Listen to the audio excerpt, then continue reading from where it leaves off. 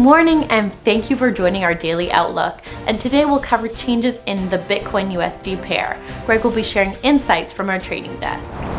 Bitcoin has gained 5.5% in the last two sessions. The highs-lows indicator shifted into the positive zone. The euro-dollar pair has fallen 0.6% in the last two sessions. The stochastic RSI has collapsed into the oversold zone. The sterling-dollar pair has gained 0.2% in the last session. The ATR has moved into the high volatility area.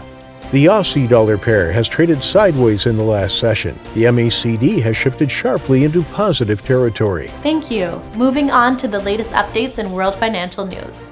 Amazon to hire 100,000 seasonal workers for holidays, adding to the e-commerce giant's hiring spree this year amid a surge in online shopping.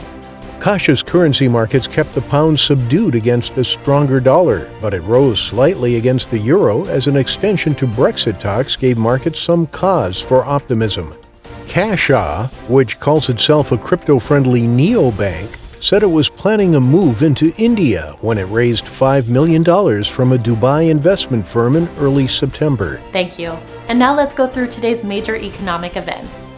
The U.S. GDP will be released at 10:30 GMT, the U.S. natural gas storage at 12:30 GMT, the Japanese BOJ interest rate decision at 0:30 GMT, the Eurozone's ECB interest rate decision at 10:45 GMT, the UK nationwide HPI at 500 GMT, and the Japanese unemployment rate at 21:30 GMT. We hope that you've enjoyed today's market outlook. On behalf of all of us here, we wish you a productive trading day. Be sure to join our next review for the latest news and events from the financial markets.